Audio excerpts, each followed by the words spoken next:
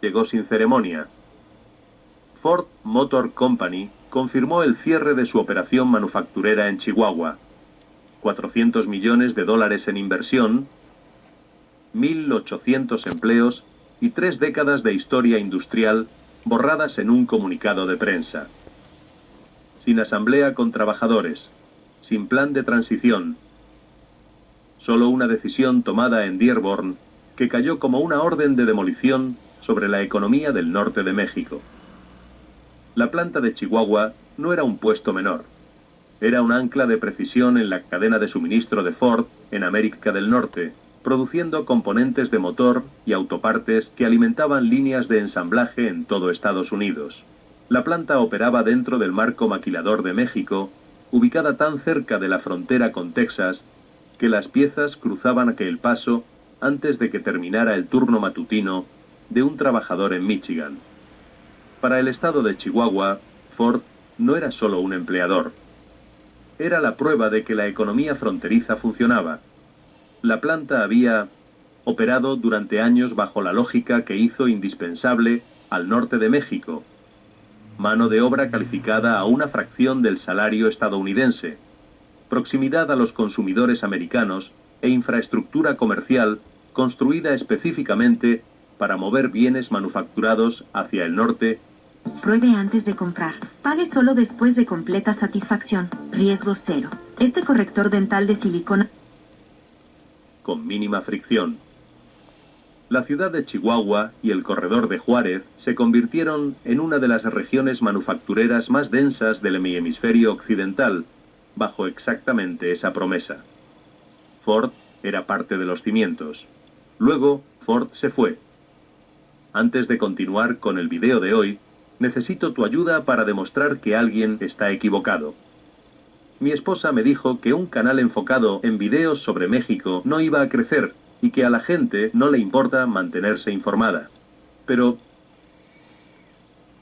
esto de la Ford en Chihuahua es una muestra más de la quiebra económica que hay en México a raíz de la aparición del obradorato de Morena, de la dictadura comunista. A las empresas privadas como la Ford no les gusta ni les conviene estar dentro de una dictadura comunista y con un poder judicial que no les garantiza nada legalmente a la empresa. Esta porquería de narcogobierno comunista de Obrador y Claudia Sheinbaum y Morena y el Verde y el PT seguirán destruyendo a México. Y así seguirá la cascada de empresas privadas que se van a ir de México o van a quebrar. Y México se irá a la ruina. Las pruebas continúan, pero los idiotizados seguidores de Obradorato, de Morena y de Claudia Sheinbaum siguen sin darse cuenta. Esa pensión que le dan a los idiotizados obradoristas se las van a tener que quitar porque ya no va a haber dinero para nada cuando las empresas sigan fracasando. El gobierno no recibirá impuestos suficientes, tendrán que quitar las pensiones. Y México va derechito a convertirse en Venezuela. Muy rápido, porque en 7 años ya va en proceso de caída. Por eso el crecimiento económico de México con el obradorato fue el peor en más de 60 años, con un crecimiento económico del menos del 1% al 0.9%, el más bajo en la historia de México desde que se usa el PIB para medir el crecimiento económico. Sigan idiotizados obradoristas creyendo en Morena, en Obrador y en Claudia Sheinbaum. Al fin que ellos ya se van a hacer millonarios y los van a dejar en la ruina total. Pero aquellos idiotas malignos, dictadores como Claudia y Obrador, ya serán millonarios. Ya son millonarios, Obradores de los más ricos del mundo ya. Y toda la porquería de funcionarios morenistas ya son muy ricos. Continúen apoyándolos. Hay que encarcelar a los obradoristas. Vamos a seguir escuchando. Yo creo que nuestras historias sí importan. Si tú también lo crees, ayúdanos a demostrar que están equivocados.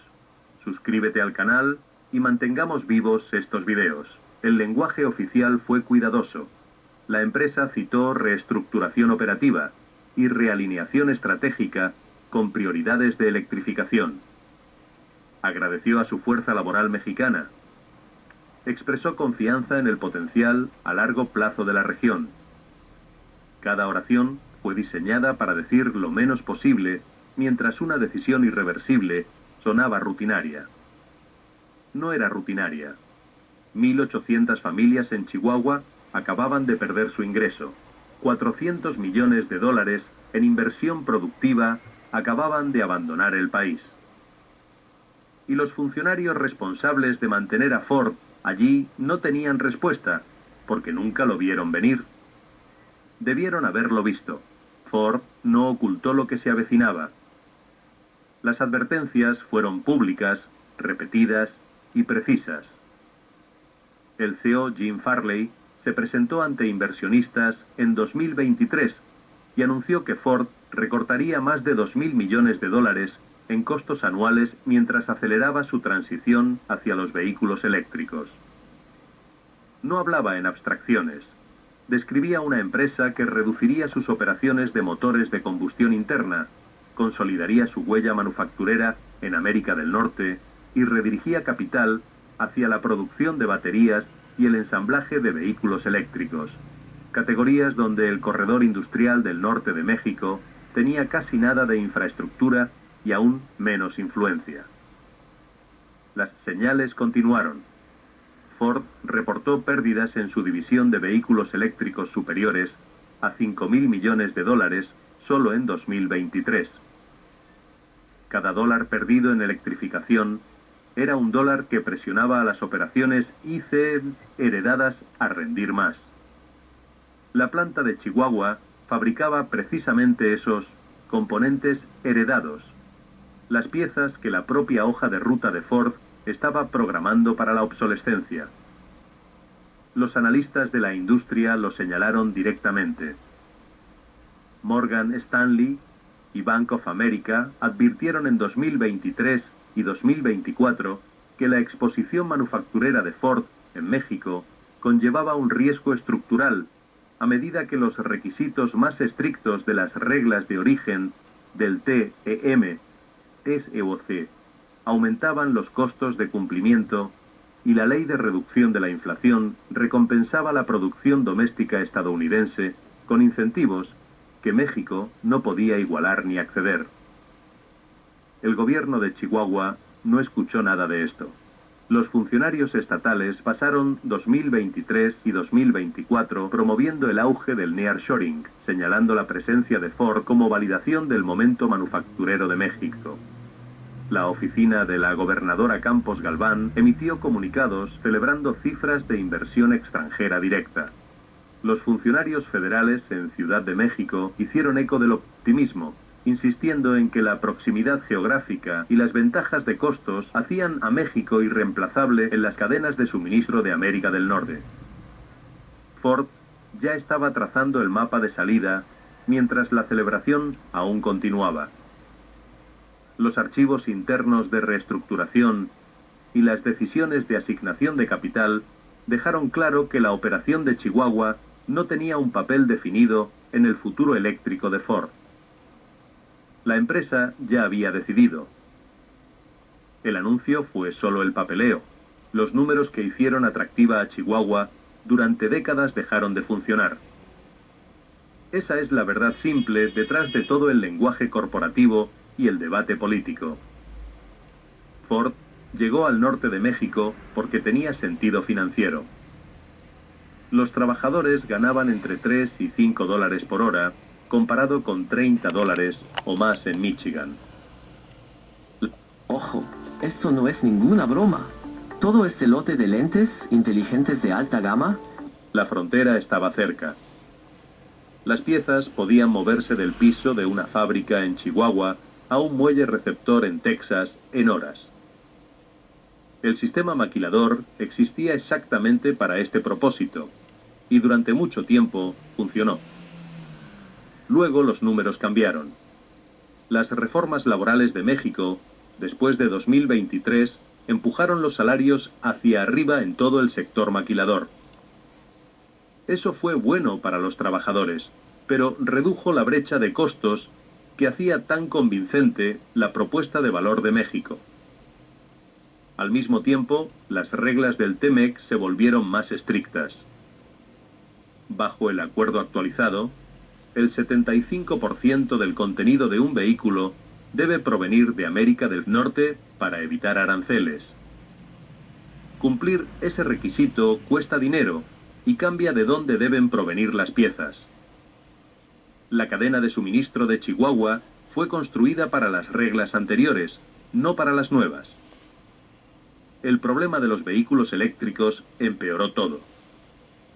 La ley de reducción de la inflación destinó 369.000 millones de dólares a energía limpia y manufactura estadounidense.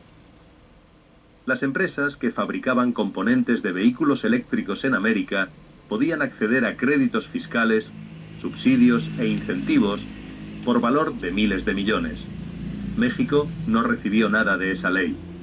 Tennessee, Georgia y Michigan ofrecieron a Ford paquetes de incentivos directos vinculados a la inversión en vehículos eléctricos, con los que Chihuahua simplemente no podía competir. Ningún programa estatal mexicano se acercó.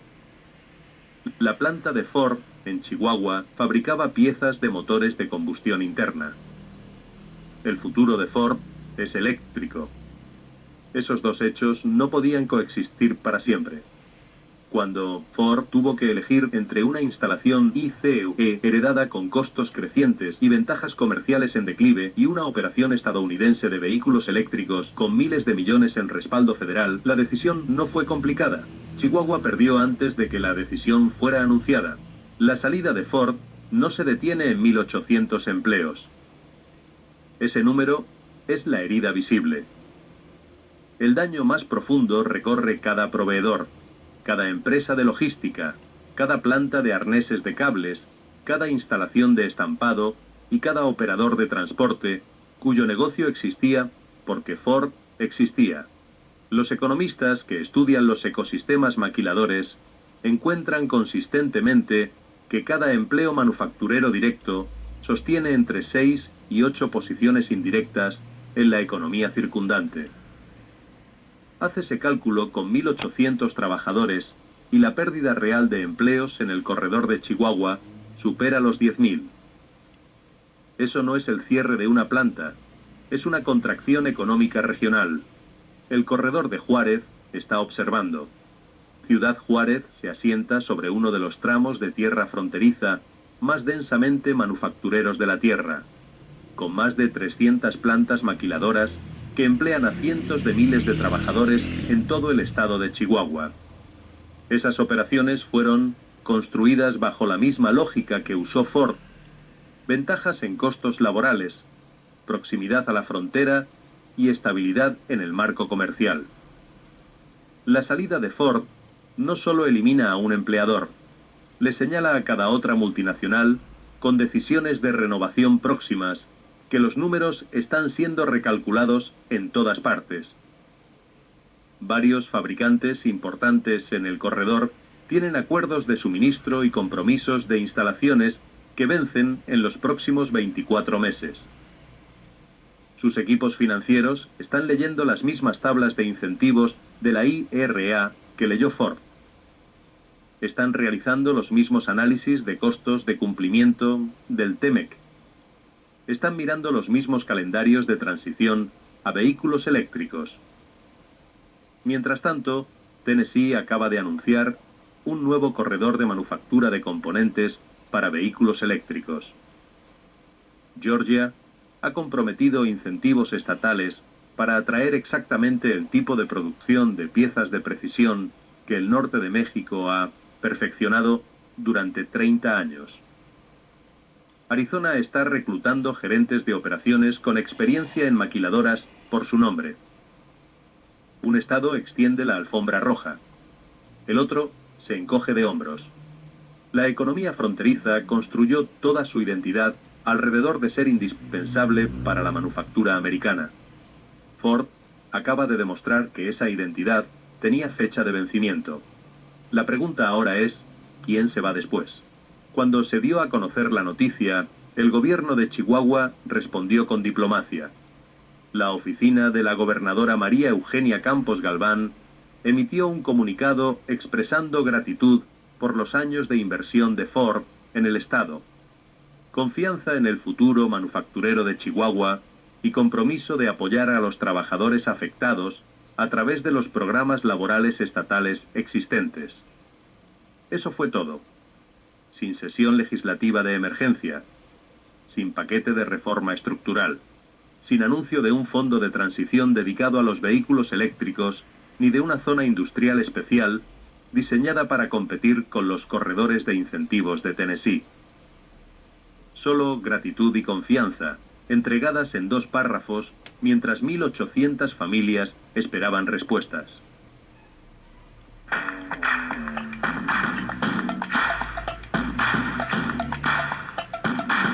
La respuesta federal fue peor.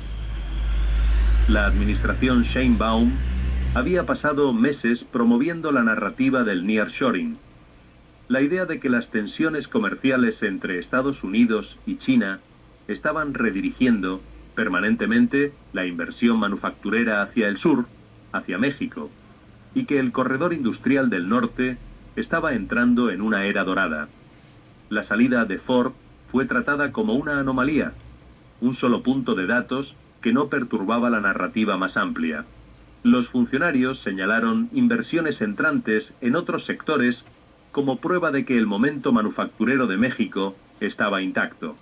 No mencionaron que esas inversiones eran en gran medida en industrias sin ninguna conexión con la transición eléctrica automotriz que acababa de costarle a Chihuahua su inquilino ancla. Una respuesta gubernamental seria habría lucido diferente. Habría incluido conversaciones de emergencia con los fabricantes restantes de Chihuahua sobre la estabilidad de los contratos. Habría propuesto permisos acelerados para la inversión en cadenas de suministro de baterías. Habría abordado las limitaciones de la red eléctrica que hacen estructuralmente incompetitiva la manufactura de componentes de vehículos eléctricos a gran escala en el norte de México. Nada de eso ocurrió. En cambio, los funcionarios continuaron dando discursos sobre las ventajas geográficas de México, mientras el equipo de Ford estaba siendo inventariado para su reubicación. Las conferencias de prensa continuaron. El optimismo del nearshoring continuó. La brecha entre lo que los líderes decían públicamente y lo que los equipos financieros multinacionales calculaban en privado se hacía más amplia cada día. La desconexión no fue accidental, fue negación con micrófono. Antes del cierre, un turno en la planta Ford de Chihuahua comenzaba antes del amanecer. Los trabajadores llegaban en la oscuridad, pasaban por seguridad y tomaban sus posiciones en líneas que funcionaban con la precisión que exigen los estándares de calidad global de Ford. No eran trabajadores sin calificación, eran maquinistas capacitados, técnicos de control de calidad y especialistas en ensamblaje que habían pasado años dominando procesos que mantenían en movimiento la producción de vehículos en América del Norte. Ganaban entre 250 y 320 dólares al mes. Modesto para cualquier estándar americano, pero suficiente en la economía de Chihuahua para rentar un apartamento, mandar a los hijos a la escuela y construir algo que se pareciera a la estabilidad. Esa estabilidad ha desaparecido. Un representante sindical lo dijo de manera simple. Dijo que los trabajadores no solo están perdiendo un empleo, están perdiendo el único tipo de empleo en esta ciudad que ofrecía un futuro real. No hay un camino alternativo disponible localmente. Los programas de reentrenamiento asumen que hay algún lugar hacia donde reentrenar a los trabajadores. Chihuahua no tiene ecosistema de baterías para vehículos eléctricos, no tiene proyectos de gigafábricas, no tiene fondos federales de transición diseñados para absorber a una fuerza laboral ICE, calificada, que de repente fue desplazada por una reestructuración industrial en la que no tuvo voz ni voto. Los trabajadores que construyeron los componentes de Ford con precisión y consistencia durante décadas, ahora enfrentan un mercado laboral local que no tiene un reemplazo equivalente para lo que acaban de perder. Ford aún mantiene relaciones con proveedores y operaciones logísticas secundarias en el corredor más amplio de Chihuahua. Esas conexiones están ahora bajo revisión. Cada contrato restante es un signo de interrogación. Cada instalación que todavía opera bajo la cadena de suministro indirecta de Ford está realizando el mismo análisis de costo-beneficio que acaba de terminar con 1.800 carreras. La próxima decisión podría llegar con la misma silenciosa eficiencia que la última. Los gobiernos apostaron a la permanencia de Ford sin jamás preguntarle a Ford si la apuesta era mutua. Los trabajadores no tuvieron lugar en esa mesa. Nunca lo tienen. Ellos pagan el precio de todas formas.